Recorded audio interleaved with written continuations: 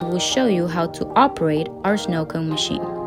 You can rent from us the machine and buy separately the servings that will include the syrup, a pump, a serving spoon, and cups up to 100 servings. To operate the machine, make sure it's connected to power first and then turn the switch on.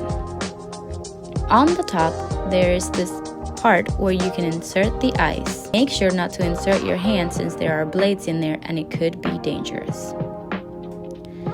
Insert the first bag of ice slowly and close the top. To turn off on the blades, press the red button. The weight of the top will press the ice in, but if necessary, press with your hand to ensure all the ice goes in through the blades.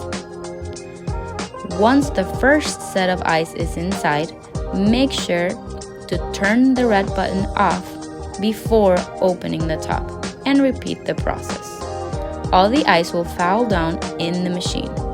You can use the first bag of ice to cool down the machine and the rest of the ice bag to serve and enjoy. Once you're done using it, remember to turn the switch off and disconnect. Wipe down the excess of syrup and remove any leftover ice before the machine is returned. Thank you for renting with us.